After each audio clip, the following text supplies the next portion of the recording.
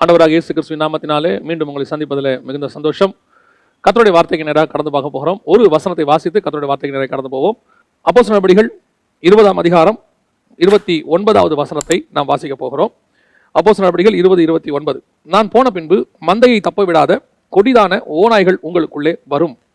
நாம் கண்களை மூடி ஆண்டவரை நோக்கி பார்க்க போகிறோம். சர்வ வல்லமையுள்ள எங்கள் தகப்பனே, இந்த அருமையான வேலைக்காக உமக்கு ஸ்தோத்திரம். ஆண்டவரே, நீர் எங்களை எவ்வளவாய் நேசிக்கிறீர். ஒவ்வொரு முறையும் ஆண்டவரே எங்களுக்கு எச்சரிப்பு கொடுக்கிறீர், முன்பதாகவே எங்களுக்கு தெரிவிக்கிறீர். வேதத்தில் பல முறை நாங்கள் வாசிக்கிறோம், நான் உங்களுக்கு முன்பதாகவே சொல்லவில்லையா என்று சொல்லி இருக்கிறீரப்பா. ஒவ்வொரு காரியம் வருவதற்கு முன்பதாக நீர் எங்களை எச்சரிக்கிறீர், அப்போஸ்தலர்களை எச்சரித்தீர். அதே போல இப்போ திருச்சபையும் எச்சரிக்கிறீர். ஆண்டவரே, இந்த எச்சரிப்பு சத்தத்திற்கு நாங்கள் செவிசாய்க்க ஆண்டவரே எங்களை நாங்கள் பாதுகாத்துக் கொள்ள பரிசுத்த ஆவியானவர் எங்களை பலப்படுத்துவீராக. எங்களுக்கு முன்பாக கடந்து போவீராக. அக்கினி மதிலாக இருந்து எங்களை வேலியடைத்து பாதுகாத்துக் கொள்வீராக. உங்களுடைய மகிமையுள்ள கரத்தில் எங்களை தாழ்த்துகிறோம். நீர் பேசும், நீர் இடைபடும். எங்களுக்கு புரிய வைக்க வேண்டிய காரியங்களை நீர் புரிய வையும். எங்கள் இருதயங்களை திறந்து நீர் பேசுவீராக. எங்கள் ஆண்டவர் இயேசுவின் நாமத்தில் பிதாவே, ஆமென். அப்போஸ்தலர் நடபடிகள் 20ஆம் அதிகாரம் 29வது வசனத்தை நாம் வாசிக்க கேட்டோம். அதுல ஒரு முக்கியமான தீர்க்க தரிசனத்தை பவுல் சொல்லுகிறார். நான் போன பின்பு மந்தையை தப்ப விடாத கொடிதான ஓநாய்கள் உங்களுக்குள்ளே வரும் என்று சொல்லுகிறார். இந்த சமீப காலமாக சில காரியங்களை குறித்து படித்துக் கொண்டிருந்தோம். இந்த காரியத்தை படித்துக் கொண்டிருந்த போது ஆண்டவர் இன்னும் ஒரு காரியத்தை உணர்த்தினார். அதைத்தான் உங்களோடு நான் பகிர்ந்து கொள்ள விரும்புகிறேன். ஒவ்வொரு முறையும் ஆண்டவர் நமக்கு முன்பதாகவே எச்சரிப்பு கொடுக்கிறார். அந்த எச்சரிப்புக்கு நாம் எப்படி செவி சாய்க்கிறோம் என்பதுதான் முக்கியம். அந்த எச்சரிப்பை நாம் சாதாரணமாக எடுத்துக்கொள்கிறோமா, தள்ளிவிடுகிறோமா என்பதுதான் முக்கியம். இப்பொழுது அப்போஸ்தலர் நடபடிகளை வாசித்த போது பவுல் சொல்லுகிறதான ஒரு வசனத்தை கர்த்தர் நினைவு சொல்லி, அடுத்து சபைக்கு வரக்கூடிய மிக முக்கியமான இப்பொழுது வந்திருக்கிறது ஒரு பிசிக்கல் ஆபத்து, அதாவது கொள்ளை நோய் வியாதி. விசுவாசிகளுக்கோ அல்லது ஊழியக்காரர்களுக்கோ சபைக்கோ விரோதமாக அல்ல, உலகம் முழுவதும் வந்தது, அது நமக்கும் வந்திருக்கிறது. அது இப்பொழுது ஓரளவுக்கு தாண்டி போய் கொண்டிருக்கிறோம் அந்த சூழ்நிலைகளுக்குள்ளே. ஆனால் இனி வரப்போகிறது ஒரு பெரிய ஸ்பிரிச்சுவல் ஆபத்து. சபைக்கு விரோதமாக, விசுவாசிகளுக்கு விரோதமாக, ஊழியர்களுக்கு விரோதமாக ஒரு பெரிய ஓநாய்கள் கூட்டம் ஒன்று எழும்ப போகிறது. ஆண்டவர் இதை படிக்கும்போது உணர்த்தின காரியங்களை நான் உங்களுக்கு சொல்லுகிறேன். இந்த ஓநாய்கள் கூட்டம் என்பது எதை குறிக்கிறது? ஓநாய்கள், அதாவது பவுல் இங்க என்ன தெளிவாக எழுதுறாருன்னா, நான் போன பின்பு மந்தையை தப்ப விடாத, அதாவது சபையை தப்பிக்க விடாத ஒரு ஓநாய்கள் கூட்டம் வரும். ஒரு ஓநாய்கள் உங்களுக்குள்ளே கொடிதான ஓநாய்கள் வரும் என்று கர்த்தர் சொல்லுகிறார். அப்படின்னா இந்த கொடிதான ஓநாய் என்பது எதை குறிக்கிறது அப்படின்னு நீங்க பாத்தீங்கன்னு சொன்னா, மத்தேயு சுவிசேஷம் 7ஆம் அதிகாரம் 15வது வசனத்துல, கள்ள தீர்க்கதரிசிகளுக்கு எச்சரிக்கையாயிருங்கள், அவர்கள் ஆட்டுத்தோலை போர்த்தி கொண்டு உங்களிடத்தில் வருவார்கள், உள்ளத்திலோ அவர்கள் பட்சிக்கிற ஓநாய்கள் என்று சொல்லப்படுகிறது. அதாவது சபைக்கு விரோதமாக கடைசி காலத்துல ஓநாய்கள், அதாவது கள்ள தீர்க்கதரிசிகள் எழும்பி வருவார்கள் என்று வேதம் சொல்லுகிறது. இந்த கள்ள தீர்க்கதரிசிகளும் கள்ள போதகர்களும், இந்த கள்ள தீர்க்கதரிசிகளை சேர்த்து சொல்லும்போது 2 பேதுருவின் புஸ்தகத்தில் பேதுரு எழுதும்போது கள்ள போதகர்களையும் சேர்த்து எழுதுகிறார். 2 பேதுருவின் புஸ்தகம் 2ஆம் அதிகாரம் 1, 2, 3 வசனங்களை வாசிக்கும் போது கள்ள தீர்க்கதரிசிகளும் ஜனங்களுக்குள்ளே இருந்தார்கள், அப்படியே உங்களுக்குள்ளே கள்ள போதகர்களும் இருப்பார்கள்.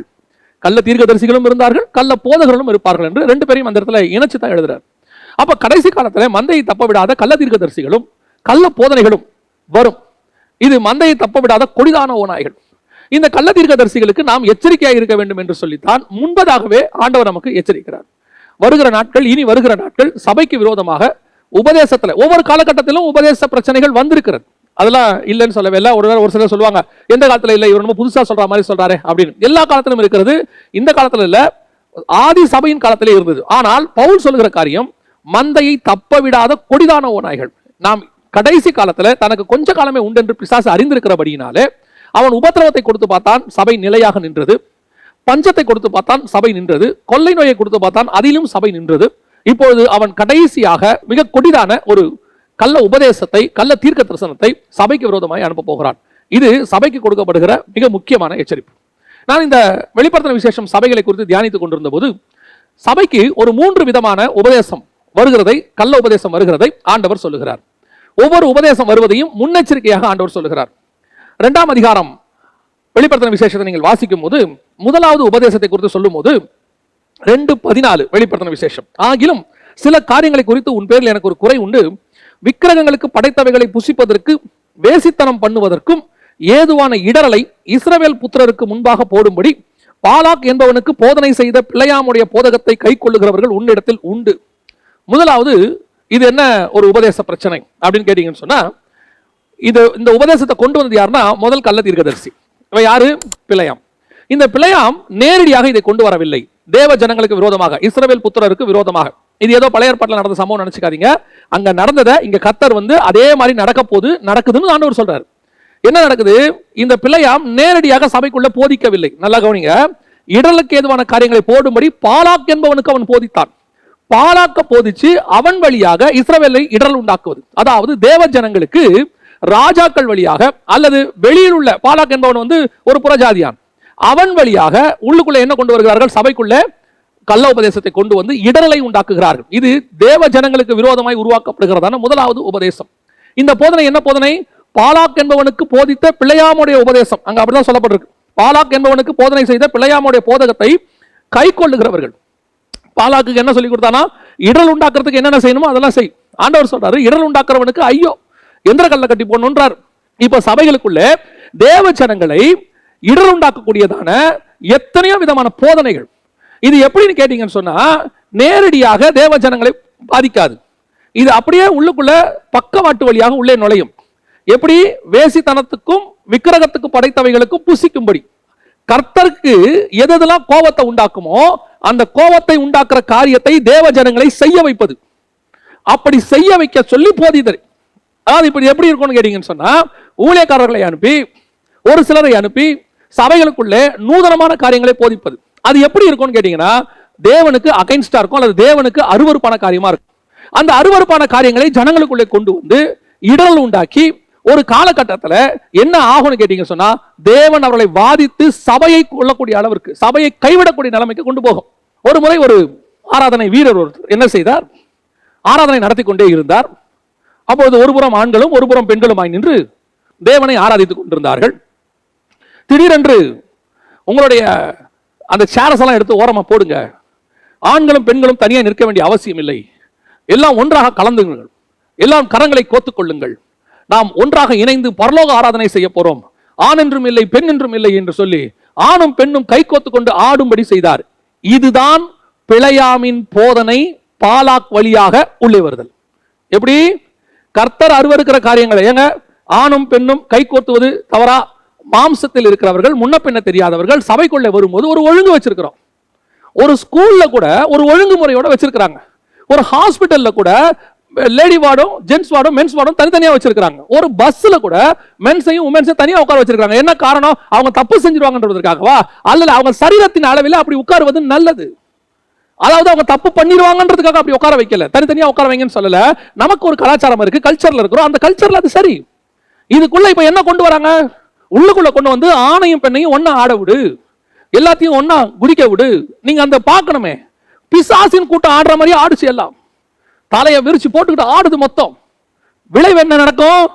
தனித்தனியா உட்கார வச்சாலே போகும்போது இவர்கள் மாம்சத்தில் இருக்கிறார்கள், இன்னும் முழுமையான ரட்சிப்புக்குள்ள வராதவர்கள், தவறு செய்வதற்கு வாய்ப்பு இருக்கிறது. அவர்களை திருத்துவதற்கு தான் நாம் கூட்டங்கள் நடத்தி கொண்டிருக்கிறோம். ஆனா இங்க என்ன நடந்தது? போகும்போதே ஒருத்தர் நம்பரை வாங்கிட்டு போறாங்க, போகும்போதே ஒருத்தர். இதுதான் பாலாக்கின் போதனை, பாலாக்குக்கு போதனை செய்த பிழையாமின் போதனை. சென்னையிலே ஒரு கூட்டம் நடத்தப்பட்டது, ஒரு வாலிபர்களுக்கான சபை என்று அதற்கு சொல்லப்பட்டது. அந்த சபையை ஆரம்பித்தார்கள். நான் வாலிப பிராயத்தில் கல்லூரி படிக்கும் போது நடந்த சம்பவம். அப்பொழுது கல்லூரி வாசல்களில் விசிட்டிங் கார்டு கொடுப்பார்கள். கொடுத்து இது முழுக்க முழுக்க வாலிபர்களுக்கான ஒரு சபை, நீங்கள் வந்து பாருங்கள் என்று சொல்லி அழைப்பார்கள். நாங்கள் அந்த கார்டை கொண்டு போய் எங்களுடைய மூப்பர்களிடத்தில் கேட்டோம், இது என்னவென்று சொல்லி. அவர்கள் பார்த்து விட்டு சொல்லுகிறோம் என்று சொல்லி அவர்கள் போய் அது என்னவென்று விசாரித்தார்கள். அருவருப்பு என்ன தெரியுமா? அந்த சபைக்கு போனால் ஒரு ஆண், ஒரு வாலிப பையன் போனால் அவனுக்கு ஒரு பெண்ணை துணையாக கொடுப்பார்கள். அதாவது ஒரு நடத்துவதற்கு அவங்க தான் அவங்கள விசிட் பண்ணி, அவங்க ரிசீவ் பண்ணி, அவங்களுக்கு கொண்டு போய் சேர்ல உட்கார வச்சு, அவங்க நம்பரை இவங்க வாங்கி இவங்க நம்பரை அவங்களுக்கு கொடுத்து, அந்த காலத்தில் உங்களுடைய வீட்டு அட்ரஸ் நம்பர் கொடுங்க, ஏதாவது லேண்ட்லைன், ஏன்னா அப்போ ஃபோன் கிடையாது, லேண்ட்லைன் நம்பர் தான் கொடுங்க, வாரம் நம்ம இந்த இடத்துல மீட் பண்ணுவோம். மீட் பண்ணி அந்த பெண்கள் இந்த ஆண்களுக்கும், அந்த ஆண்கள் இந்த பெண்களுக்கும் போதிப்பார்கள். எல்லாமே வாலிபர்கள், அத்தனை பேர் வாலிபர்கள். அந்த ஒரு நாள் மட்டும் சபையில பார்ப்பார்கள், மற்ற நாட்கள்லாம் வெளியே மீட் பண்ணி கொள்வார்கள். வெளியே மீட் பண்ணி ஹோட்டல்ல, பீச்சில் மீட் பண்ணி அவர்கள் கிறிஸ்துவின் அன்பை பரிமாறுவார்களாம். அப்போது அங்கே போய் எங்களுடைய மூப்பர்கள் விசாரித்த போது அவர்கள் ஒரு சில பெண்களோடு கூட பேசிய போது, இப்படி நடக்கிறதே, ஒருவேளை தவறு நடப்பதற்கு வாய்ப்பு இருந்தால் என்ன செய்வது என்று கேட்டபோது அந்த பெண்கள் சொன்ன ஒரு வார்த்தை, நடந்தால் என்ன, நாங்கள் அந்த ஆத்மாவை ஆதாயம் பண்ணுவதற்கு எங்களை இழக்க தயாராக இருக்கிறோம். ஏன்னா ஆண்டவர் சொல்லியிருக்கிறாராம், என் நாமத்தினாலே எவைகளை இழப்பீர்களோ அதை திருப்பி பெற்றுக்கொள்வீர்கள், அப்படியானால் எங்கள் கற்பை இழந்தாலும் பெற்றுக்கொள்வோம் என்று சொல்லி இந்த பிழையாம் வேசித்தனம் பண்ணுவதற்கு ஜனங்களை நடத்தக்கூடியதான ஒரு கூட்டம் இருக்கிறது. இது நான் இன்னைக்கு நேத்து சொல்லல, 20 வருஷத்துக்கு முன்னாடி சொல்றேன் சபைக்குள்ள. அப்படிப்பட்ட கூட்டங்கள் இன்னைக்கு வெளிப்படையாய் அதிகரித்திருக்கிறது. நான் பெற்றோருக்கு சொல்லுகிறேன், எல்லா வாலிப கூட்டத்துக்கும் எல்லா யூத் மீட்டிங்கும் நீங்கள் பிள்ளைகளை அனுப்ப வேண்டியது அவசியம் அல்ல. த ட்ரஸ்ட் ஒன் உங்கள் சபைகளில் நடக்கிறதா? சபை நடத்தக்கூடிய ஊழியர்களுக்கும் சொல்லுகிறேன், சில யூத்துக்கு மேல ஏந்திரிச்சு நின்று தன்னுடைய டேலண்ட்டை வெளிப்படுத்தி தன்னுடைய காரியங்களை வெளிப்படுத்தக்கூடிய ஆட்களை நடத்த சொல்லாதீங்க. ஸ்பிரிச்சுவலி ஸ்ட்ராங்கா இருக்கிறவனை மேலே ஏற்றி நிறுத்த சொல்லுங்க. ஒருவேளை அவன் டேலண்ட் இல்லாதவனை கூட இருப்பான், ஆனா ஸ்பிரிச்சுவலி ஸ்ட்ராங்கா இருக்கணும். ஒரு பிரேயர்ஃபுல் பர்சன். ஒரு யூத் மீட்டிங்னா உடனே இன்னைக்கு டான்ஸ், யூத் மீட்டிங்னா உடனே ஒரு ஆட்டம் பாட்டம் கொண்டாட்டம் கேம்ப் ஃபயர். இது யூத் மீட்டிங் யார் சொன்னது? ஒரு யூத் மீட்டிங்கா இருக்கட்டும், அது பிரேயர்ஃபுல்லாக இருக்கணும். அதுல மாம்சம் துளி அளவும் கலக்காதபடி பாதுகாத்துக் கொள்ளணும். மாம்சம் கலக்கக்கூடிய சிச்சுவேஷன் வந்தாலும் அங்கே இருக்கிற மேலே நடத்தக்கூடியவர்கள் அதில் இருந்தவர்களை காப்பாற்றுகிறவர்களாக இருக்கணும். இன்னைக்கு மேல நிக்கிறவனே மாம்சத்துல இருக்கிறான். சினிமாக்காரனுடைய அந்த உணர்ச்சி பூர்வமான காரியங்கள் உள்ள நடக்குது. இங்க எப்படி ஒரு சினிமாக்காரர்கள் எப்படி ஆடுவார்களோ அப்படித்தான் இங்கேயும் ஆடுறான். உணர்வு இல்ல. இன்னைக்கு என்ன நடக்குது? பாலாக்கின் உபதேசம், பிழையாம் உபதேசம் பாலாக்கின் வழியா உள்ளே வந்தது போல இன்னைக்கு ஜனங்களை மோசம் போக்குறது. இன்னைக்கு என்ன சொல்றாங்க? எல்லாரையும் மிக்ஸ் பண்ணி விடுங்க, அப்பதான் அவங்களுக்குள்ள இருக்கக்கூடிய அந்த கூச்ச சுபாவம் எல்லாம் போகும். கூச்ச சுபாவம் போகும், வேற என்னென்ன சுபாவம் வரும்? நீ கடைசி காலத்தில் சபையை மோசம் போக்குற இப்படிப்பட்டதான அருவருப்பானவர்கள், போதிக்கிறவர்கள் ரொம்ப கேர்ஃபுல்லாக இருந்து கொள்ளுங்க. இடர்ல உண்டாக்கக்கூடியவனுக்கு ஐயோ. கர்த்தர் உன்னை எதுக்கு அபிஷேகம் பண்ணி இருக்கிறார்? ஜனங்களை இடர் உண்டாக்குவதற்கு அல்ல. இயேசு ரத்தம் சிந்தி சம்பாதித்த ஆத்துமாக்களை பத்திரமாய் பாதுகாக்க வேண்டிய பொறுப்பில் தான் நம்மளை வைத்திருக்கிறார். இன்னைக்கு நாம இன்னோவேட்டிவா பண்றோம், நியூவா ஏதோ ஒண்ணு பண்ண போறோம் அப்படின்னு நினைச்சுக்கிட்டு மாம்சத்துல உண்டான சிந்தனைகளை எல்லாம் தேவன் கொடுத்ததா நினைச்சுக்கிட்டு சபைக்குள்ள இம்ப்ளிமெண்ட் பண்றாங்க. நமக்கு முன்னாடி உள்ள பரிசுத்தவான்கள் அவர்கள் நடத்தின சபையை நடத்தின விதம் என்ன அவ்வளவு மோசமான விதமா? தெரியாம தான் அவங்க சபையை நடத்துறாங்களா? அன்னைக்கு இருந்த ஸ்பிரிச்சுவல் குவாலிட்டி இன்னைக்கு இருக்கா சபையில? அன்னைக்கு இருந்த ஸ்பிரிச்சுவல் குவாலிட்டி எப்படி இருந்துச்சு? நம்ம நடத்தின பரிசுத்தவான்கள் என்ன நம்மளை தப்பா நடத்தினாங்களா? ஸ்ட்ரிக்டா தான் நடத்தினாங்க. நகை வெட்டுறதுல இருந்து முடி வெட்டுறதுல இருந்து அவங்க கான்சென்ட்ரேட் பண்ணாங்க. சபைக்கு வரும்போது எப்படி ட்ரெஸ் போடணும்னு சொல்லி கொடுத்தாங்க. அதனால நாம் என்ன கெட்டு விட்டோம்? அதனால் ஸ்பிரிச்சுவலி வளர்ந்துதான் இருக்கிறோமே ஒழிய நாம் வழி விலகி போனோம் என்று அல்ல. இன்னைக்கு என்ன இருக்குது? எப்படி வேணாலும் வரலாம், எப்படி வேணாலும் போலாம், என்ன வேணாலும் செய்யலாம். சபைக்குள்ளேயே ஒரு அருவருப்பு. நான் கேள்விப்படுற விஷயங்கள் எல்லாம் மெசேஜ்ல சொல்லவே முடியாது. சபையில ஒருத்தரை ஒருத்தர் விரும்புறாங்களாம், பாஸ்டர் பார்த்தாங்களாம், விரும்புறவங்களை தடுக்க முடியாது. என்ன செய்யலாம்? யார் யாரெல்லாம் விரும்புறீங்கன்னு சொல்லுங்க, நாங்களே இங்க உங்களை சேர்த்து வச்சிடறோம். என்ன வேலை பார்க்கிறார் இப்ப அவர்? நின்னாங்க, அவர் என்ன வேலை பார்க்க அழைக்கப்பட்டார்? காலத்தை பார்த்தால் போதகராக இருக்க வேண்டியவர்கள் என்ன வேலை பார்த்துக்கிட்டு இருக்கிறாங்க? நான் கொஞ்சம் கடினமாகவே சொல்லுகிறேன், மந்தையை தப்ப விடாத ஓநாய்கள் வந்து கொண்டிருக்கிறது. ஒரு சிலர் சொல்லி இருக்கிறார்களாம், இந்த மாதிரி பேசுற ஆட்கள்லாம் இன்னும் 10 வருஷத்துல காணாம போயிடுவான். சபைக்கு இந்த மாதிரி ஸ்ட்ராங்கா பேசுற ஊழியக்காரங்க எல்லாம் அந்த வயசானவங்க எல்லாம் செத்து போயிடுவாங்க, காணாம போயிடுவாங்க. நாம இன்னைக்கு இருக்கிற அந்த 15 வயசுல இருந்து 25 வயசு இருக்கிற பசங்களை தான் கான்சென்ட்ரேட் பண்ணணும். இவங்களை நம்ம இந்த ஜெனரேஷன்ல இவங்க இப்படி ஆட வச்சு பாட வச்சு பழகிட்டோம்னா அடுத்த ஜெனரேஷன் கிறிஸ்தவம் வெறும் ஆட்டமா பாட்டமா தான் இருக்கும். அன்னைக்கு இவங்க எந்த கண்ட்ரோலும் பண்ண முடியாதுன்னு அப்படி அவங்களை உருவாக்கணும்னு ஒரு ஓநாய்கள் கூட்டம் முடிவு செஞ்சிருக்குதான். ஜாக்கிரதையா இருந்து கொள்ளுங்க. உங்க கையில கொடுக்கப்பட்டிருக்கிற பிள்ளைகள், உங்கள் கையில கொடுக்கப்பட்டிருக்கிற விசுவாசிகள், நமக்கு ஆண்டவர் கொடுத்திருக்கிற ஊழியம், அதன் வழியாக நாம் சந்திக்கிற ஒவ்வொரு ஆத்மாவும் பரலோகத்துக்கு வந்து சேர வேண்டியது. அவர்களை திருப்திப்படுத்துவதற்கு நீங்களும் நான் இங்க ஏறி நிக்கல, அவங்களை உருவாக்குவதற்கு ஏறி இங்க நின்று இருக்கிறோம். நம்ம கையில கர்த்தர் ஒரு பச்சை குழந்தைய கையில கொடுத்திருக்கிறாருன்னா அந்த குழந்தைய நாம கையை காலை பிடிச்சி பெருசாக்கிறதுக்கு ஆண்டவர் கொடுக்கல. நீ கொடுக்க வேண்டிய ஆகாரத்தை கொடு, அது தானாய் பெருசா ஆகும். இன்னைக்கு எல்லாரும் என்ன நினைச்சிட்டு இருக்காங்க? குழந்தைய எப்படி ஆக்கணும் இப்படி ஆக்கணும்னு நினைச்சு விதவிதமா நூதனமான உபதேசங்களை சபைக்குள்ள நுழைச்சு இனோவேட்டிவா யோசிக்கிறேன், மாடர்னைஸா யோசிக்கிறேன். இனோவேட்டிவான காரியங்களுக்கு எதிராளிகள் நாங்கள் அல்ல. ஒரு காலத்துல மைக் இல்லை, இன்னைக்கு மைக் இருக்கு. ஒரு காலத்துல புல்பிட் வேற மாதிரி இருந்துச்சு, இன்னைக்கு புல்பிட் வேற மாதிரி இருக்கு. அன்னைக்கு இசைக்கு வேற ஒரு இன்ஸ்ட்ருமெண்ட் யூஸ் பண்ணோம், இன்னைக்கு கீபோர்டு யூஸ் பண்றோம். இனோவேட்டிவான காரியங்களுக்கு எதிராளிகள் அல்ல. ஒரு சிலரை நாங்க நினைச்சுக்கிறாங்க பழமைவாதிகள், இவங்களுக்கு தெரியாதுன்னு. நாங்க எதுல பழமைவாதிகள் எதுல இனோவேட்டிவா இருக்கணும்ன்றது பாகுபாடு தெரியணும். எல்லாம் தெரிஞ்சுக்கொள்ளுங்க. மேல போடுற சட்டை மாடர்னைஸ் ஆகும், உள்ள இருக்கிற உடம்பு மாடர்னைஸ் இல்ல. இது ஏன்ஷியன்ட், 7000 வருஷம் பழசு. 7000 வருஷத்துக்கு முன்னாடி உள்ள 2 கிட்னினா இன்னைக்கு 2 கிட்னி தான். நீங்க சொல்லுவீங்களா இவங்க எல்லாம் பழமைவாதிகள் கிட்னி 2ன்னு பேசுறாங்க? இன்னைக்கு நாம் வளர்ந்துட்டோம், இன்னைக்கு ரொம்ப கிட்னி பிரச்சனை இருக்கு, 4 கிட்னி இருந்தா நல்லா இருக்கும்னு சொல்லுவீங்களா? 7000 இயர்ஸ் ஓல்டு மாடல் எது? பாடி. அது மாறாது. மேல இருக்கிற சட்டை தான் மாடல் மாறிக்கிட்டே இருக்கும். அன்னைக்கு காலர் வச்சு போட்டிருப்பீங்க, இன்னைக்கு காலர் எல்லாம் போட்டிருப்பீங்க. ஒரு நாள் வரும் இந்த காலர் இல்லாத சட்டையை தூக்கி போட்டு விட்டு திருப்பி காலர் உள்ள சட்டையை போடுவாங்க. ஆனா உள்ள இருக்கிற உடம்பு மாறவே மாறாது. அதைத்தான் சொல்ல வரேன். எது மாடர்னைஸ் ஆகக்கூடாதுன்னு உங்களுக்கு தெரியணும். வசனம் மாடர்னைஸ் ஆகக்கூடாது. இது அப்படியே 2000 வருஷம் பழசு. இது அப்படியே எடுத்துதான் போதிக்கணும். இதை நீங்க மாடர்னைஸ் பண்ண முடியாது. பாருங்களேன், இன்னைக்கு மாடர்னைஸ் பண்றேன்னு சொல்லி, நூதனமா பேசுறேன்னு சொல்லி, வேசித்தனத்திற்கும் விக்கிரகாராதனைக்கும் ஜனங்களை ஆவிக்குரிய ரீதியில் தள்ளக்கூடியதான ஊழியர்கள் அதிகம். வாலிபர்களை மோசம் போக்குறவர்கள். Be careful. உங்ககிட்ட எங்கிட்டையும் கொடுத்த அந்த ஆத்மா இருக்குது, அந்த ஆத்மா மேல உங்களுக்கு எனக்கு என்ன எந்த அளவுக்கு அதிகாரம் இருக்கு தெரியுமா? அதை ரத்தம் சிந்தி சம்பாதித்தவர் இயேசு. அதுக்கு தேவையான போதனைகளை எழுதி முன்பதாகவே கொடுத்து விட்டார் நம்முடைய ஆண்டவர். அவைகளுக்கு தேவையானதை ஒவ்வொரு வாரமும் போதிக்கிறவர் பரிசுத்த ஆவியானவர். அதை கொண்டு போய் வருகையில பரலோகத்தில் சேர்க்க போகிறவர் நம்முடைய ஆண்டவர். இதுக்கு இடையில நம்முடைய வேலை என்ன? அவர் என்ன சொல்றாரு, எஜமான் என்ன சொல்றாரோ அந்த புல்ல போட வேண்டியது நம்முடைய வேலை, அவ்வளவுதான். இதுல புல்லுல நான் கொஞ்சம் ஸ்ட்ராங்கான புல்லு கொடுக்குறேன், புல்லுக்கு பதிலா வேற ஒண்ணு போடுறேன், ஏன்னா மாடர்னைஸ் ஆயிருச்சு, நாங்க கொஞ்சம் இப்படி பண்றோம் அப்படி பண்றோம்னு சொன்னா எஜமான் கேட்பாரு, நான் உனக்கு என்ன சொன்னனோ அதன்படி செய். அதான உன்னுடைய வேலை. நீ ஏன்பா பாலாக்குக்கு புதுசா போதிக்கிற?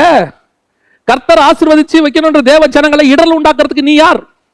இன்னைக்கு அநேக ஊழியர்கள் எவாஞ்சலிஸ்ட்ங்கிற பேர்ல, போதகர்கள், நான் சொல்றது போதகர்னா மெய்ப்பர் கிடையாது, டீச்சர்ஸ்ங்கிற பேர்ல, ஏன் இன்னும் ஒரு சில மெய்ப்பர்கள் கூட புதுசா இனோவேட்டிவா போதிக்கிறேன்னு சொல்லி இன்னைக்கு தேவ ஜனங்களை இடர்ல உண்டாக்கி கொண்டிருக்கிறார்கள். உங்களுக்கு ஐயோ. அதே நேரத்தில் சபை நடத்தக்கூடிய ஊழியர்களுக்கு, சபை பிதாக்களுக்கு நான் சொல்லுகிறேன், இனி இதை போன்ற அவர்கள் அதிகமாக எழும்பி வருவார்கள். இது போன்றவர்கள் துணிகரமானவர்கள் எழும்பி வருவார்கள். ரொம்ப கேர்ஃபுல்லாக இருந்து கொள்ளுங்கள். இப்படிப்பட்டவர்களுக்கு இடம் கொடுக்காதுங்க. அதான் ஆண்டவர் சொல்றாரு, போதனை செய்த பிள்ளையாமுடைய போதகத்தை கை கொள்ளுகிறவர்கள் உன்னிடத்தில் உண்டு. விசுவாசிகளை குறித்து ரொம்ப கேர்ஃபுல்லா இருங்க. ஏன்னா முந்தியெல்லாம் இந்த கள்ளோபதேசக்காரங்க எங்கேயாவது கூட்டம் நடத்துவாங்க, அப்ப யாராவது ஒருத்தரை பிடிப்பாங்க, அவங்க வந்து சபைக்குள்ள அதை சொல்லி, அதாவது போதகருக்கே தெரியாம சொல்லி, அங்க ஒரு பைபிள் ஸ்டடி நடக்குது வாங்கன்னு கூட்டிட்டு போவாங்க. போறது 1 2 3 தான் போகும். இப்ப அப்படி இல்லை. இப்ப ஆன்லைன், எந்த பக்கம் திறந்தாலும் எல்லாம் வீட்டில் ஒரு செல்போனோ நெட் கனெக்ஷன் இருந்தா போதும், ஒரு ஃபேஸ்புக் அக்கௌண்ட்டோ யூடியூப் அக்கௌண்ட்டோ இருந்தா போதும், உட்காந்து அவங்க பாட்டு பேச ஆரம்பிச்சிடுறாங்க, வாந்தி எடுக்கிறாங்க. தப்பான உபதேச கோளாறுகள். அவங்க எதையாவது கமெண்ட்ரிய படிச்சுட்டு கமெண்ட்ரிக்கு ஏற்ற மாதிரி வசனத்தை எடுக்கிறது. நான் சொல்றது நல்லா புரிஞ்சுக்கோங்க. இந்த வசனத்தை படிக்கிறோம், இந்த வசனம் புரியலனா இதுக்கு ஏற்ற மாதிரி ஏதோ ஒரு கமெண்ட்ரி யாராவது ஒரு பரிசுத்தவான்கள் கொடுத்துருப்பாங்க, அதை நம்ம பார்க்கிறோம்.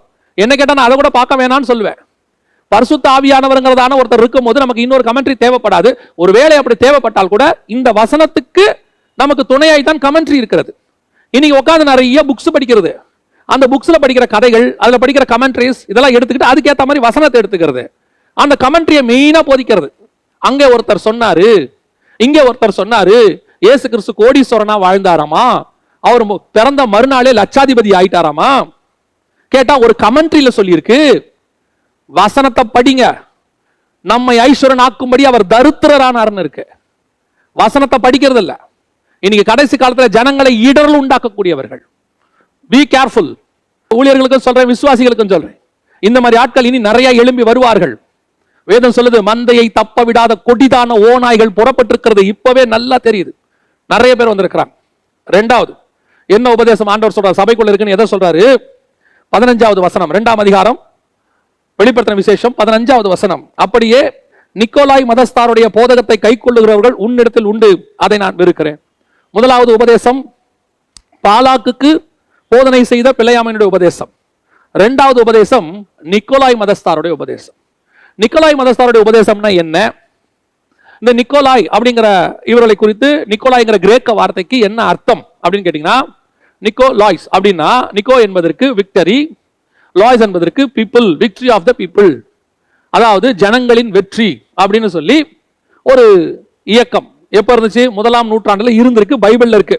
இன்னும் சொல்ல போனா எபேசு சபைக்கு சொல்லும் போது அந்த சபையினுடைய நற்குணமாக கர்த்தர் சொல்றது, நான் வெறுக்கிற நிக்கோலாய் மதஸ்தாருடைய உபதேசத்தை நீயும் வெறுக்கிறாய் அப்படின்னு கர்த்தர் சொல்றார். 6ஆம் வசனம் 2:6ல, நான் வெறுக்கிற நிக்கோலாய் மதஸ்தாரின் கிரியைகளை நீயும் வெறுக்கிறாய், இது உன்னிடத்தில் உண்டு.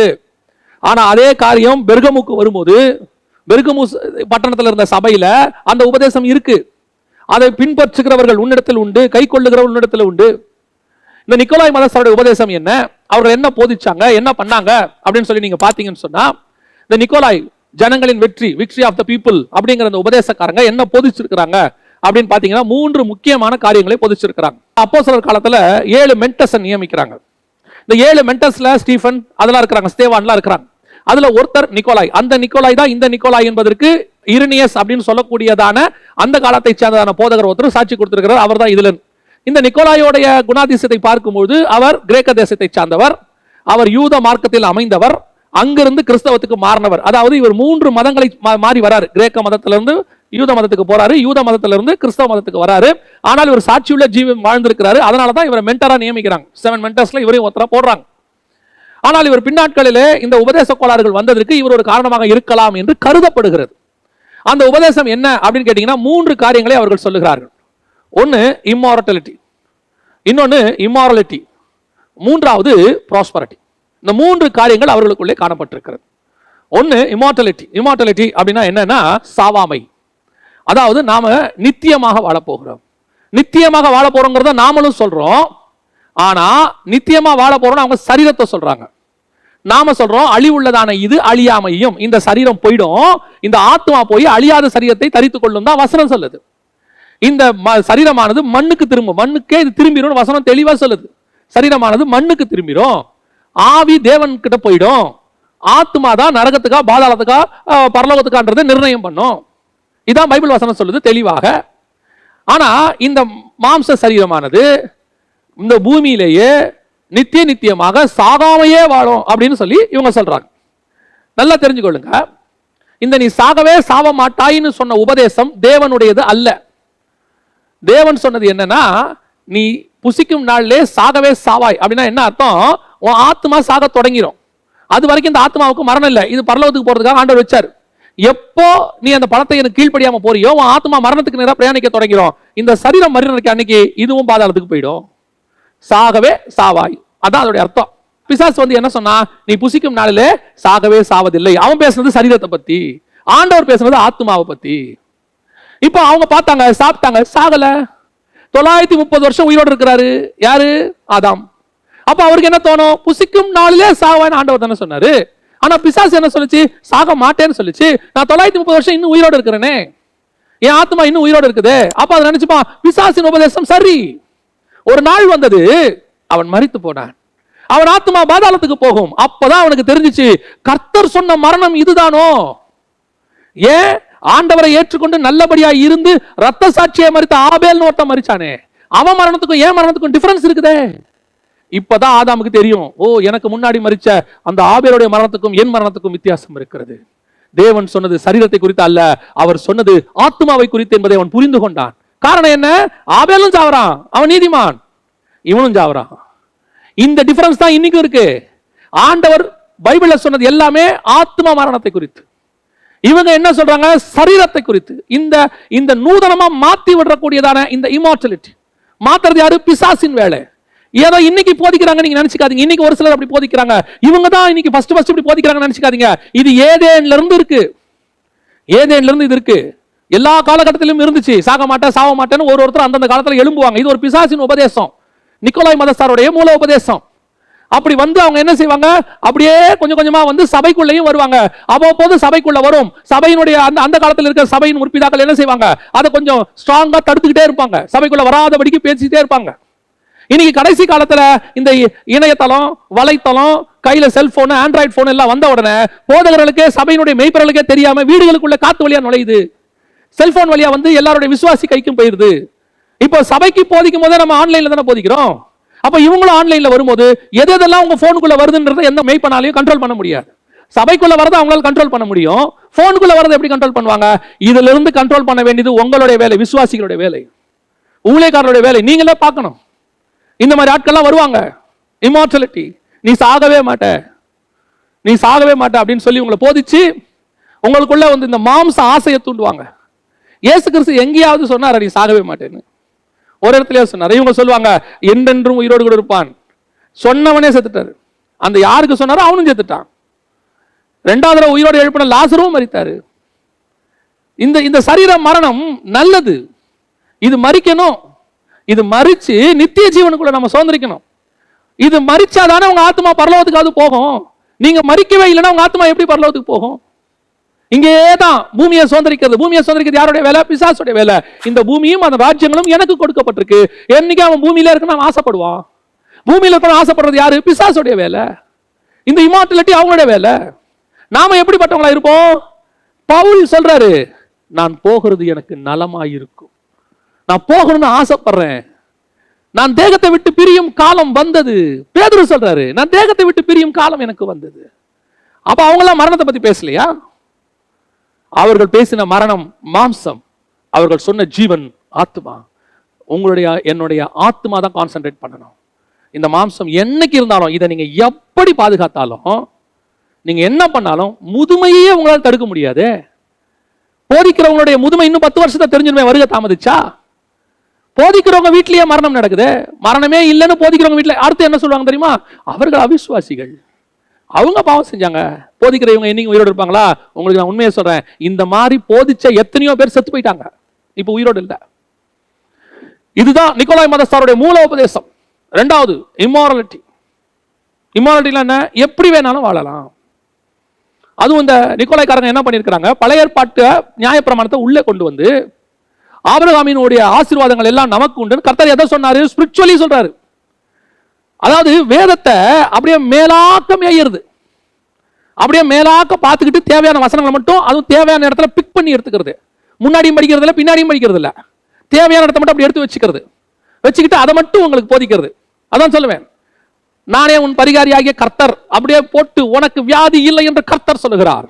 நீ பரிகாரியான கர்த்தர் அவர், உனக்கு வியாதி வராது, வியாதி இருக்கிறதுனா நீ ஒரு பாவி, எல்லாம் சொல்லிடுவான். ஆனா நீங்க நல்லா கவனிச்சு பாருங்க, அந்த வசனத்துக்கு முன்னாடி ஒரு 4 லைன் கொடுத்திருக்கிறாரு. என் கற்பனைகளை கைக்கொண்டு என் நியமங்களை எல்லாவற்றையும் நீ கைக்கொண்டு வந்தால், என் வாக்குக்கு நீ சொன்னபடி கீழ்ப்படிந்தால், எகிப்தின் மேல் வந்த வாதை ஒன்றையும் வர பண்ணேன், நானே உன் பரிகாரியாகிய கர்த்தர். அப்ப அந்த கை கொள்ளணும், வசனத்தை படிக்கணும், கீழ்ப்படிக்கணும், செவி சாய்க்கணும், எல்லாம் விட்டுருவாங்க. விட்டுட்டு பரிகாரியாகிய கர்த்தரை மட்டும் பிடிச்சுப்பாங்க. இது ஒரு உதாரணத்துக்கு நான் சொல்றேன். இந்த மாதிரி தான் இந்த மாதிரி போதிக்கிற ஆட்கள். எது? இம்மார்டாலிட்டி. ஆபிரகாமுடைய எல்லா ஆசீர்வாதங்களும் நமக்கு சொந்தங்க. ஆபிரகாமுக்கு 2 வகையான ஆசீர்வாதம் இருந்துச்சு.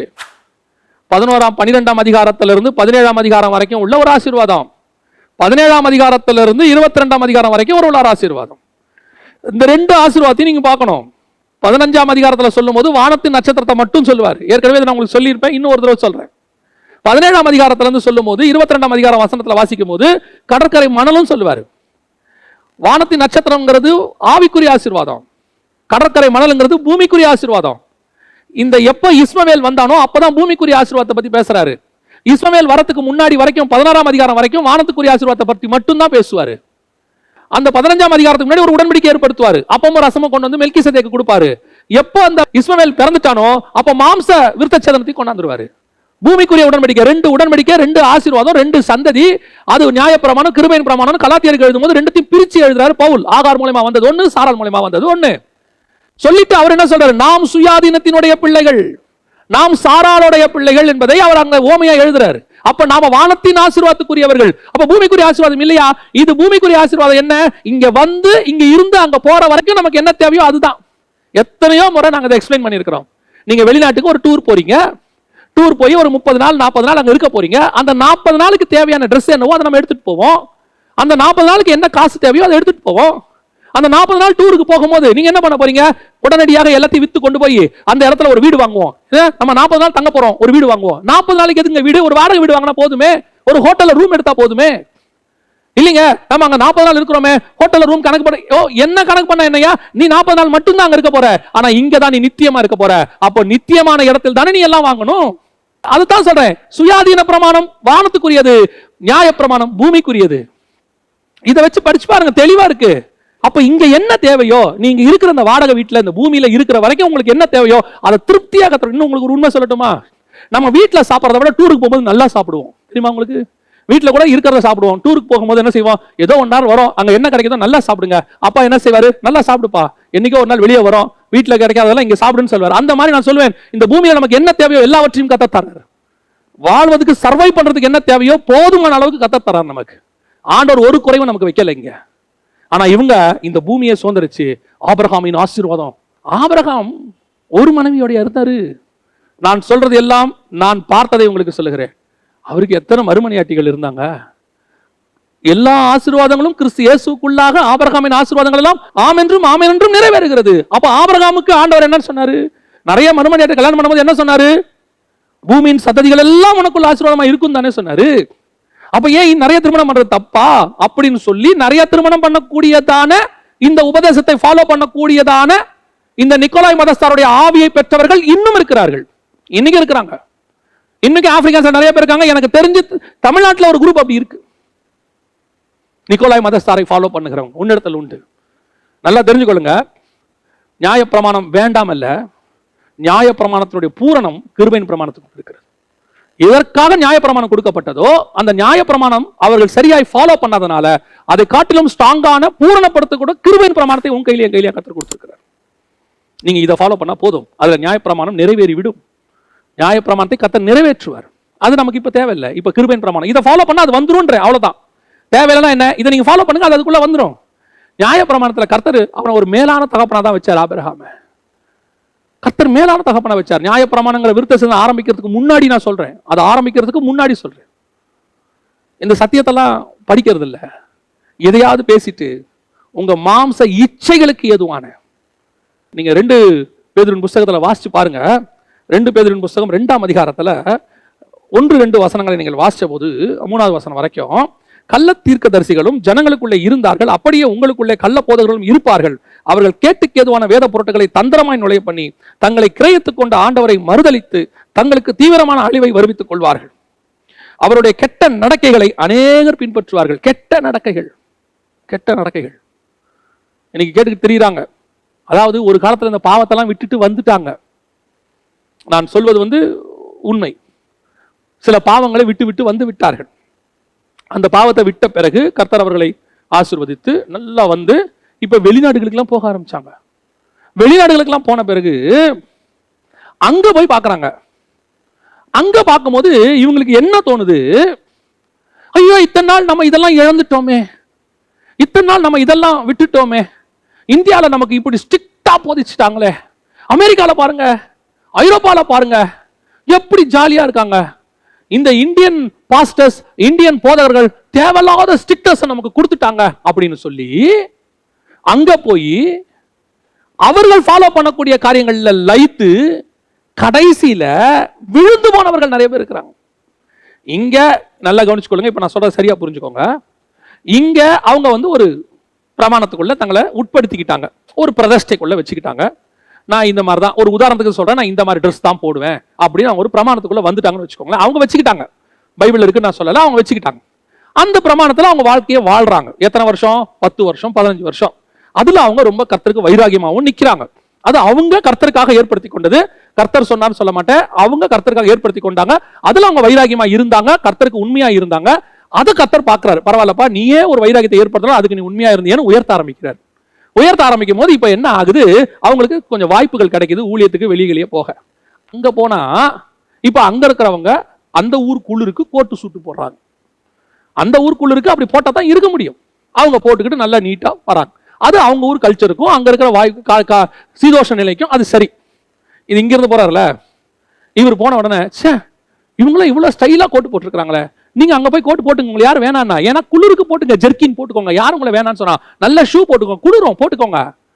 இப்ப என்ன நினைக்கிறாங்கன்னா, இங்க திரும்பி வரும்போது அமெரிக்கால கோட்டை அனுமதித்த ஆண்டவர் ஏன் இந்தியாவில் போடக்கூடாதுன்னு சொல்றாரு? ஆண்டவர் எங்கேயா சொன்னாரு? நீயா தான் அந்த பிரஸ்டி எடுத்த, அதுக்கு நீயா தான் உண்மையா இருக்கிறன்னு முடிவு எடுத்த. இப்ப அதை பார்த்தவன உனக்கு இச்சை வருது. இப்ப நீ என்ன முடிவு எடுக்கிற? நானும் கோட்டு போடுவேன். சரி போடுங்க.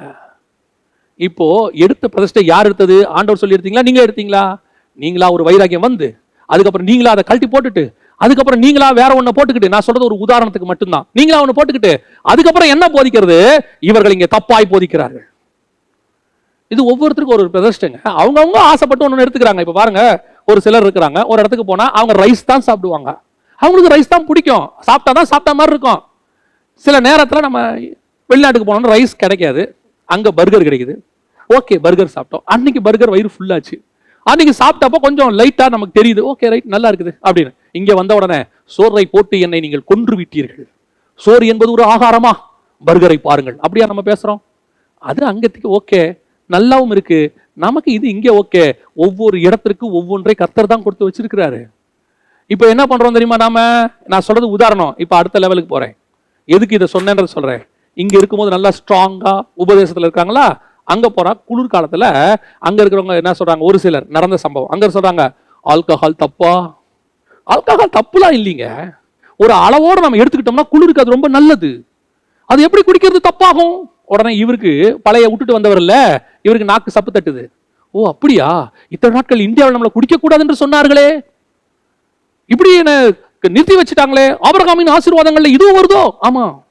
அங்க இருக்கிறவங்க ஒரு அவுன்ஸ் எடுத்து கொடுத்த உடனே இவருக்கு ஃபிளைட்ல போகும்போது ஏன் என்ன தப்பு? ஒரு ஆல்கஹால் லிமிட்டோட எடுத்துக்கிட்டா நல்லது தானே. அந்த போதனை இப்ப கிடைக்குது, இப்பதான் கிடைக்குது. கிடைச்ச உடனே இந்த மாதிரி தங்கள் அழைப்பை இழந்து போய் சோரம் போனவர்கள் எத்தனையோ பேர். கர்த்தர் நமக்கு ஒரு அற்புதமான ஆவிக்குரிய வாழ்க்கையை கொடுத்திருக்கிறார். சிந்தனையில் ஆரம்பிச்சு சரீரம் வரைக்கும் பூர்ண பரிசுத்தத்தை கர்த்தர் சொல்லி கொடுத்திருக்கிறார். நான் பரிசுத்தராய் இருக்கிறது போல நீங்கள் பரிசுத்தராய் இருங்கள். நான் சொன்னதெல்லாம் உதாரணத்தை பிடிச்சுக்காதீங்க, நான் சொல்லக்கூடிய விஷயத்தை பிடிச்சுக்கோங்க.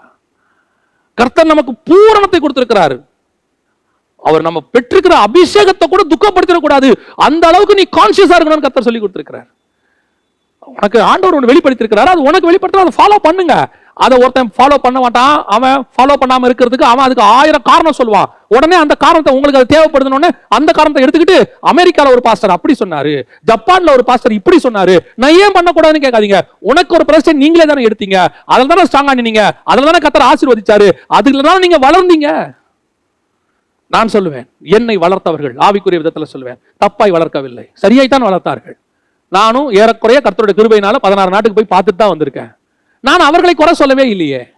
அவர்கள் என்ன இப்படி தப்பாயா இருக்கிறார்கள், அவர்கள் எப்படி இந்த மாதிரி கோட்டு போடலாம், நான் அப்படி கேட்கவே இல்லை. அவர்களுக்கு அது சரி, எனக்கு இது சரி, இது எனக்கு போதுமானதாக இருக்கிறது. என் பிள்ளை ஒரு பள்ளிக்கூடத்தில் படிக்கணும், நான் சேர்க்கிறேன். இன்னொருத்தர் கொஞ்சம் பெரிய பள்ளிக்கூடத்தில் பயங்கரமா ஹார்ஸ் ரைடிங்ல இருந்து ஸ்விம்மிங்ல இருந்து சொல்லி கொடுக்குற பள்ளிக்கூடத்தில் சேர்த்து விடுறாரு.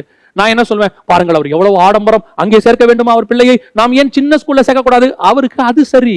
அவர் என்ன பார்த்து கேட்க கூடாது, பிள்ளைய பாருங்க கொண்டு போய் ஒரு சாதாரண ஸ்கூல்ல சேர்த்திருக்கீங்க, அவன் எதிர்காலம் நாசமா போயிருமே, அவர் என்ன கேட்க கூடாது, எனக்கு இது சரி, அவருக்கு அது சரி. கர்த்தர் ஒவ்வொருத்தர் கொடுத்திருக்கிறாரு. நான் பார்க்கிறேன், என் பிள்ளையும் அங்க போய் சேர்த்தலாமே, கடனை உடனே வாங்கி சேர்த்து கடைசியில படிக்க வைக்கவும் முடியாம, ஃபீஸ் கட்டவும் முடியாம பாதியில நிறுத்தி பிள்ளையுடைய லைஃபும் நாசம், நம்ம லைஃபும் நாசம். இந்த மாதிரி தான் நான் சொல்ல வரேன். It's an example. இந்த நிக்கோலாய் மதஸ்தாருடைய 2வது மிக மோசமான காரியம் இம்மாரலிட்டி. உங்கள் மாம்சத்தை இச்சைக்கு நேராக நடத்துவது, தவறான பாதைக்கு. ரொம்ப கேர்ஃபுல்லா இருந்து கொள்ளுங்க. பாவமே இல்லை, எது செஞ்சாலும் பாவம் இல்லம்பா, எது செஞ்சாலும் பாவம் இல்லையாமா. ஒருத்தர் சொல்றாரு, ராகாப்பு ஆண்டவரை அறிஞ்ச பிறகும், அதாவது செங்கடலை பிளக்கும் போதே அந்த அம்மா ஆண்டவரை அறிஞ்சிட்டாங்களாம். ஏன்னா அவங்க சொல்றாங்க, நீங்கள் உங்கள் தேவன் செங்கடலை பிளந்து எகிப்தரை கொண்டதை நாங்கள் கேள்விப்பட்டோம். அப்பயே கேட்டாங்களாம், கேள்விப்பட்டோம்னா அவங்க நீதிமான் ஆயிட்டாங்களாம். எந்த இடத்துல பிசாசு தந்திரமா உள்ள நுழையலாம் பாருங்க. கேள்விப்பட்ட உடனே நீதிமான் ஆனாங்கன்னு எங்க இருக்கு? கேள்விப்பட்ட உடனே அந்த அம்மா நீதிமான் ஆயிட்டாங்களா? ஆனா நீதிமானான பிறகும் இஸ்ரவேலர்கள் அந்த இடத்துக்கு வர்ற வரைக்கும் அந்த அம்மா விபச்சாரம் பண்ணிக்கிட்டு இருந்தாங்களா அவன் மேல. அப்போ நீதிமானா இருந்தாலும் நீ விபச்சாரம் பண்றது தப்பு இல்லைன்னு ஒருத்தன் போதிக்கிறான். இம்மாரலிட்டி, செய்யற தப்புக்கு வேத வசனத்தை திருத்து சொல்ல. அதான் இங்க வசனம் சொல்லுது பாருங்க, 2 பேர் புத்தகம் 2ஆம் அதிகாரத்தில் அவங்க சொல்றாங்க பாருங்க, அவருடைய கெட்ட நடக்கைகளை அநேகர் பின்பற்றுவார்கள், அவர்கள் நிமித்தம் சத்திய மார்க்கம் தூஷிக்கப்படும். இன்னைக்கு இந்த மாதிரி ஆட்களால கெட்ட நடக்கைகள் ஜனங்களுக்கு இப்படி போதிக்கிறது. ரொம்ப கேர்ஃபுல்லா இருந்து கொள்ளுங்க. நமக்கு கர்த்தர் கொடுத்திருக்கிற இந்த மார்க்கம் இருக்குது, இந்த வசனங்கள் இருக்குது, 100% பரிசுத்தமானவை. உங்களை கற்புள்ள கன்னிகையா ஒப்பு கொடுக்கணும்ன்றாரு. நான் கற்புள்ள கன்னிகையா அவர் கைக்கு போகணும்னா அப்ப இந்த வசனம் என்ன எப்படி இருக்கணும்? புடமிடும். சுத்த பொன்னை போல இது புடமிடும், கிளீன் பண்ணும். இது என்னை இச்சையை தூண்டாது, இது என்னை பாவம் செய்ய வைக்காது, இது என்ன செய்யும்? புடமிடும், எனக்குள்ள இருக்கிற களிமகளை எல்லாம் நீக்கும். அப்படிப்பட்டதான வல்லமை வாய்ந்த வசனம் அது. இன்னைக்கு இந்த வசனத்தை எடுத்து தந்திரமாய், அந்த வசனம் என்ன சொல்லுது பாருங்களேன், பொருளாசை உடையவர்களாய் தந்திரமான வார்த்தைகளால் உங்களை தங்களுக்கு ஆதாயமாக வசப்படுத்திக் கொள்வார்கள். தந்திரமான வார்த்தை, அப்படியே நூதனமா பேசி, உங்க மாம்ச இச்சைக்கு ஏத்த மாதிரி பேசி. நான் சொல்லுவேன், நம்முடைய மார்க்கத்துக்கும் மற்ற மார்க்கங்களுக்கும் என்ன வித்தியாசம்? மற்ற மார்க்கங்கள் எப்படி இருந்தாலும் உனக்கு சொர்க்கம் கொடுக்குறேன்னு சொல்லும், ஆனா கிறிஸ்தவம் இப்படி இருந்தாதான் சொர்க்கம் கொடுக்குறேன்னு சொல்லும். அதனாலதான் எல்லாரும் எப்படி வேணாலும் வாழலாம், ஏதோ ஒரு தான தர்மத்தை செஞ்சுட்டா பரலோகத்துக்கு போயிடலாம் நினைக்கிறாங்க. ஆனா கிறிஸ்தவம் அப்படி இல்லை, நீ இப்படித்தான் இருக்கணும்னு சொல்லுது, அப்படித்தான் இருக்கணும். எப்படி வேணாலும் இருந்தா நீ பரலோகத்துக்கு போயிடலான்னு ஒருத்தன் சொல்றானா, அவன் நிக்கோலாய் மதஸ்தாருடைய ஆவியை உடையவன். கடைசியா நிக்கோலாய் மதஸ்தாருடைய இன்னொரு விஷயம் என்ன தெரியுமா? முதல்ல இம்மார்டாலிட்டி, அடுத்து இம்மாரலிட்டி, மூணாவது ப்ராஸ்பரிட்டி, அதாவது செழிப்பு. ஆசீர்வாதம் வேறு, ஆசீர்வாத ஆசை வேறு. இன்னும் உங்களுக்கு தெளிவா சொல்றேன் பாருங்க. சாப்பிட்றது தப்பு இல்ல, பெருந்திண்டி தப்பு. பொருள் தப்பு இல்ல, பொருள் ஆசை தப்பு. எனக்கு தேவை, ஆண்டவர் கொடுக்கிறாரு, ஸ்தோத்திரம், பிரைஸ் தி லார்ட், ஹalleluya, முடிஞ்சிச்சு. ஆனா நீ அந்த பொருளை தேடி அந்த பொருளுக்காக உன்னுடைய ஆவிக்குரிய வாழ்க்கையை செலவு பண்றீங்க பாருங்க. உங்க வாழ்நாள் எல்லாம் உங்க ஆவிக்குரிய வாழ்க்கைக்காக நீங்கள் உங்க ஆத்மாவுக்காக செலவு பண்ணாலே பரலோகத்துக்கு போறது நமக்கு கஷ்டம். தேவனோடு சஞ்சரித்து கொண்டிருக்கிறவனுக்கு. ஆனா உங்களை என்ன சொல்லி கொடுக்குறாங்க? பொருளாசை உடையவர்கள். இந்த பேதுரு புத்தகம் ரொம்ப அழகா இருக்கு. அந்த 3 வசனம் அவங்க சொல்ற பாருங்க, பொருளாசை உடையவர்களாய். அவனுடைய போதனை எல்லாம் எப்படி இருக்கும் தெரியுமா? அவங்களுடைய போதனைகள் எல்லாம் எப்படி இருக்கும் தெரியுமா? அப்படியே பொருளாசை தான். உனக்கு அதை கொடுப்பாரு, இதை கொடுப்பாரு, அதை கொடுப்பாரு. உன் உள்ளான மனுஷனை மாத்துறதுக்கு அங்க போதனையே இருக்காது. உள்ளான மனுஷனை மாத்துறதுக்கு யார் போதனை கொடுக்கிறார்களோ அதுவே சரியான பிரசங்கம். இந்த உலகத்தின் பொருளை குறித்து பேசக்கூடிய, ஆசீர்வாதத்தை குறித்து பேசக்கூடிய பிரசங்கம் தேவனிடத்திலிருந்து வந்தது அல்ல. மேலானவைகளை குறித்து பேசுவது மட்டுமே தேவனிடத்திலிருந்து வந்தது. அப்ப இந்த பூமிக்கு எதுவுமே தேவையில்லையா? எல்லாம் உண்டு. திருப்பியும் சொல்றேன், எல்லாம் உண்டு. வெறும் மேலானவைகளை பத்தி மட்டுமே பேசுற எங்களுக்கு ஆண்டவர் தேவையானதை கொடுத்திருக்கிறாரு. என்ன எங்களுக்கு இல்ல நீங்க நினைக்கிறீங்க? எதையும் நாங்க தேடி போல, எதையுமே தேடி போல. எது எங்களுக்கு தேவையோ அது தானா வருது. இன்னைக்கு உட்காந்துக்கிட்டு அதை கிளைம் பண்ணு, இதை கிளைம் பண்ணு, பொருளாசை உடையவர்களை மாத்திக்கிட்டு இருக்காங்க. இந்த வருஷம் கர்த்தர் கண்டிப்பா உனக்கு ஒரு வீடு தருவார். தராட்டி கர்த்தர் இல்லையா? அவரு தராட்டி கர்த்தர் இல்லையா? உங்களுக்கு என்ன தேவையோ அது, நான் சொல்றது வீடா கூட இருக்கட்டுமே, ஒரு உதாரணத்துக்கு நான் சொல்றேன், அது தானா வருங்க. நம்மளை நேசிக்கிற தேவனை மாறி வேறு தேவன் உலகத்துல கிடையவே கிடையாதுங்க. தன்னுடைய ஒரே பேரான குமாரனை தந்தவர் மற்ற எல்லாவற்றையும் அருளாதிருப்பது எப்படி? இன்னைக்கு அதுதான் இங்க பொருளாசை. இந்த 3 தான் நிக்கோலாய் மதஸ்தாருடைய உபதேசம். கடைசி இன்னும் ஒரு உபதேசம் இருக்கு, நான் அதை சொல்லிட்டு முடிக்கிறேன். 2ஆம் அதிகாரம், அதே 2ஆம் அதிகாரம், வெளிப்படுத்தின விசேஷத்துல 20வது வசனம். ஆகிலும் உன் பேரில் எனக்கு ஒரு குறை உண்டு, என்னவெனில் தன்னை தீர்க்கதரிசி என்று சொல்லுகிற ஏசபேல் என்னும் ஸ்திரீயானவள் என்னுடைய ஊழியக்காரர் வேசித்தனம் பண்ணவும் விக்கிரகங்களுக்கு படைத்தவைகளை புசிக்கவும் அவர்களுக்கு போதித்து அவர்களை வஞ்சிக்கும்படி நீ அவளுக்கு இடம் கொடுக்கிறாய். இது 3வது ஊழியக்காரங்களுக்கு. ஃபர்ஸ்ட் 2 விசுவாசிக்கு, இஸ்ரவேல் ஜனங்களுக்குன்னு வசனம் சொல்லுது, இஸ்ரவேல் வம்சத்தாருக்கு. ஆனா இது ஊழியக்காரனுக்கு. ஊழியக்காரனையே மோசம் பார்க்கிற உபதேசம் ஒண்ணு இருக்காமா. இது என்ன உபதேசம்? ஏசபேல் என்னும் ஸ்திரீயானவள். யார் ஏசபேலு? நமக்கு தெரியும், பழைய ஏற்பாட்டுல ஏசபேல் என்னும் ஒரு ராஜகுமாரத்தி இருந்தாங்க. இந்த அம்மா ராஜகுமாரத்தி தானே. இவங்க எங்க தீர்க்கதரிசி ஆனாங்க? வசனம் என்ன சொல்லுது? தன்னை தீர்க்கதரிசி என்று சொல்லுகிற. அதோட அர்த்தம் என்ன? இந்த அம்மா வெறும் ராஜகுமாரத்தி தான், தீர்க்கதரிசி கிடையாது. ஆனா தன்னை தீர்க்கதரிசின்னு சொல்லிக்கிட்டாங்க. என்ன காரணம்? வெறும் ராஜ்யபாரமும் ஊழியமும் தனித்தனியா இருக்கிறது தான் நியாயப்பிரமாணம். இந்த ராஜ்யபாரமும் தீர்க்கதரிசியும் ரெண்டும், ஒரு ஊழியக்காரனும் ராஜாவும் சேர்றதுன்றது புதிய பிரமாணம். அதாவது மெல்கிசேதேக்கின் முறைமையில ராஜாக்களும் ஆசாரியருமாய். நியாயப்பிரமாணம் ரெண்டும் தனித்தனியா இருக்கும். இந்த இடத்துல ரெண்டும் சேருது பாருங்க. இந்த அம்மா ராஜகுமாரி தான், தன்னை என்ன சொல்லிக்கிட்டாங்க? தீர்க்கதரிசின்னு சொல்லிக்கிட்டாங்க. அப்ப என்ன அர்த்தம்? இந்த அம்மா நியாயப்பிரமாணக்காரங்க தான், ஆனாலும் கிருபையின் பிரமாணக்காரங்க மாதிரி காட்டிக்கொள்வாங்க, தன்னை தீர்க்கதரிசி என்று சொல்லுகிற. உள்ளுக்குள்ள என்ன இருக்கு? நியாயப்பிரமாணம் இருக்கு. வெளியே என்ன இருக்கு? கிருபையின் பிரமாணம், போதனை இருக்கு. இப்ப இவங்க என்ன சொல்றாங்க? என்னுடைய ஊழியக்காரர் வேசித்தனம் பண்ணவும் விக்கிரகங்களுக்கு படைத்தவைகளை புசிக்கவும். அப்படி அர்த்தம் என்ன? இவங்களுடைய உபதேசத்தை ஃபாலோ பண்ண வைக்கிறது. இவங்களுடைய உபதேசம் என்ன? கிருபையின் பிரமாண சபைக்கு மேல நின்னுப்பாங்க, ஆனா போதிக்கிறது எல்லாம் நியாயப்பிரமாணமா இருக்கும். இவங்க மேல ஏறி நின்னுகிட்டு பாக்குறதுக்கு எப்படி இருப்பாங்க? மெல்கிசேதேக்கின் முறைமையின்படி நிற்பாங்க. ஆனா வாயில வரதெல்லாம் எப்படி வரும்? ஆரோனின் முறைமை வரும். இங்க நிக்கிறது சுயாதீன பிரமாணத்துல நிப்பாங்க, வெளியே வருது நியாயப்பிரமாணம் வெளியே வரும். இன்னைக்கு அப்படிப்பட்ட சபைகள் தான் 90% இருக்கு. அப்படிப்பட்ட ஊழியக்காரர்கள் தான் அநேகர் இருக்கிறார்கள். தங்களை ஒன்றுமில்லாதவர்களை போல காட்டிக்கொள்ளுகிறது. எல்லாம் அந்த உலகம் எனக்கு பாத்திரம் அல்ல இப்படிலாம் சொல்றது. ஆனா உள்ளுக்குள்ள பொருளாசை இருக்கும், உள்ளுக்குள்ள எல்லாருக்கும். எல்லாத்தையும் பார்த்தா கடைசியில ஒரு நாள் தெரிய வரும். கவனிச்சு கொள்ளுங்க. இந்த ஏசபேலுடைய உபதேசம்னா என்ன? ஏசபேலுடைய உபதேசம்னா என்ன? விக்கிரகங்களுக்கு படைத்தவைகளை. அன்னைக்கு ஏசபேல்கிட்ட பார்த்தோம், அந்த அம்மா கிட்ட 3 விதமான ஊழியக்காரங்க இருந்தாங்க. ஒன்று, அந்த அவங்க விக்கிரகத்துல அவங்களுடைய கூட உட்காந்து சாப்பிட்ற ஒரு தீர்க்க தரிசன கூட்டம். இன்னொன்று, அதுல சாப்பிட மாட்டேன் ஆனா அந்த அம்மாவை எதிர்க்கிறதுக்கும் பயம், போய் ஒளிஞ்சு கொண்ட கூட்டம் கெபியில. இன்னொன்று, அந்த அம்மாவுக்கு எதிராக தீர்க்க தரிசனம் உரைச்ச கூட்டம், ஏலியா. இந்த 3 கூட்டம் இருந்துச்சு. இன்னைக்கு இந்த ஏசபேலுடைய பந்தியில் உட்காந்து சாப்பிட்ற ஊழியக்காரங்க இருக்கிறாங்களாமா. பைபிள் சொல்லுது, அவள் விக்கிரங்களுக்கு படைத்தவைகளை புசிக்கிறதற்கு போதிக்கிற ஊழியக்காரங்களுக்கு போதிக்கிறாங்க. அதெல்லாம் என்னங்க தப்பு? யாரு ஏசபேல்? ஏசபேல் யாருங்க? அது ஒரு ராஜா, அவர் ராஜகுமாரத்தி. அட, அவங்க கிறிஸ்டினுங்க. அப்புறம் அவங்க என்னங்க, அவங்க கூட போயினா அவங்க போனால் கவரில் காசு கொடுப்பாங்க. ஒரு சின்ன ஜபத்தை பண்ணிட்டு வருவோம். என்ன பண்ணோம்? அவங்க ஜெயிக்கணும்னு ஜோம் பண்ணுவோம், அவங்க முதலமைச்சர் ஆகணும் ஜோம் பண்ணுவோம், அவங்க எம்எல்ஏ ஆகணும் ஜோம் பண்ணுவோம். ஏங்க அந்த அம்மா ஏசபேலுங்க, அது விக்கிரகத்துக்கு படத்தை புசிக்குது. அட, அவங்க ஸ்திரீயானவள். அவங்க யாரு? தன்னை தீர்க்கதரிசின்னு சொல்லிக்கிறாங்க. அவங்க கூட சொல்றாங்க, நாங்கள் இயேசுவை உண்மையான கடவுளாக நம்புகிறோம்னு சொல்றாங்க. இயேசுவையும் உண்மையான கடவுளாக அவர்கள் நம்புகிறார்கள், இயேசுவை மட்டுமல்ல.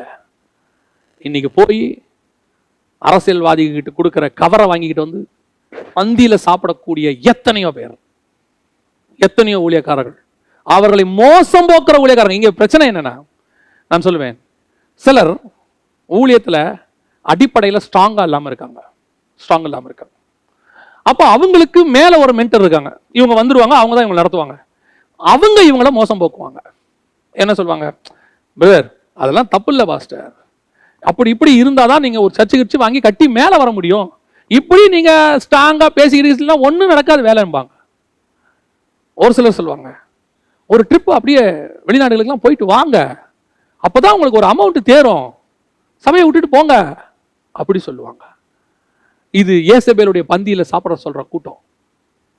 போய் காசுக்காக, ஆசைக்காக, பணத்துக்காக, பிள்ளைகளுடைய எதிர்காலத்துக்காக ஏசபேல் போடுறத சாப்பிட்றவங்க, அது அந்த பந்தியில சாப்பிட்றதுக்கு பேர் சாப்பாடு இல்லை, அதுக்கு பேர் வேற. தேவன் கொடுக்கறத மட்டும்தான் சாப்பிடணும். இதை பத்தி நம்ம நிறைய எக்ஸ்பிளைன் பண்ணலாம். ஆனால் இந்த 3 வகையான உபதேசம், ஊழியக்காரனை மோசம் போக்குற உபதேசமும் விசுவாசிகளை மோசம் போக்குற உபதேசங்களும் இதுவரைக்கும் வந்தது, இனி அதிகமாய் வரப்போகுது. இனிமேட்டு பாருங்க, ஊழியர்கள் அதிகமாக சோரம் போவார்கள். அதிகமாக சோரம் போகிறதை உங்கள் கண்கள் காணும். விசுவாசிகள் ப்ராஸ்பரிட்டிக்கு பின்னாடி, இமாரலிட்டிக்கு பின்னாடி போறதை அதிகமாய் நாம் பார்ப்போம். இது முன்பதாகவே எச்சரிப்பாய் கொடுக்கப்படுகிறது. சபை முற்பிதாக்கள், தயவு செய்து நான் சொல்றேன், உங்கள் சபையை பத்திரமாய், விசுவாசிகளை கவனியுங்கள். அவர்களுக்குள்ளே வரக்கூடிய அந்த ஆவிக்குரிய போராட்டங்களுக்கு நீங்கள் எதிர்த்து நில்லுங்கள். இந்த மாதிரி கள்ள உபதேசங்களை விதைக்கிற விதைய ஆரம்பத்திலே எடுத்துருங்க. இனி நிறைய பக்க வழியாக நுழைவாங்க. ஏசு அதான் சொல்றாரு, பக்க வழியாக நுழையிற திருடர்கள் இருக்கிறார்கள், அவங்களாம் வருவாங்க இனிமேட்டு. இந்த மாதிரி கள்ள உபதேசத்தை, நூதனமான உபதேசத்தை, ஏன்னா கடைசி காலத்தினுடைய கடைசி நிமிஷத்துக்கு வந்துட்டோம். இனி அப்படி நுழைவார்கள். விசுவாசிகளும் கேர்ஃபுல்லா இருந்து கொள்ளுங்க. இப்பவும் சொல்றேன், சீக்கிரத்துல இயேசு வரப்போறார். அவர் வர வரைக்கும் நமக்கு என்ன தேவையோ இந்த பூமியில எல்லாம் அவர் தருவார். போதும் என்ற பரதனுக்குரிய தெய்வ பக்தியே மிகுந்த ஆதாயம். இந்த மாதிரி ஓநாய்களுக்கு ஜாக்கிரதையா இருங்க. வெகு சீக்கிரத்தில் ஆண்டவர் நம்மை சந்திக்க வரப்போறாரு. இந்த மாதிரி பாவத்துக்கு எதிர்த்து நில்லுங்க. உங்களுடைய சபையின் வாசல்ல ஜாமக்காரர்களாக, ஒரு கரத்துல நெகமியா, ஒரு களத்துல ஈட்டியும், ஒரு களத்துல வேலை செய்யற கருவியும் பிடிச்சிக்கிட்டு இருந்த மாதிரி, ஒரு பக்கம் ஊழியம், ஒரு பக்கம் இந்த மாதிரி ஓநாய்கள் வராதபடி கேர்ஃபுல்லா பார்த்து கொண்டு நிற்கிற பொறுப்பு நம்ம கையில இருக்கு.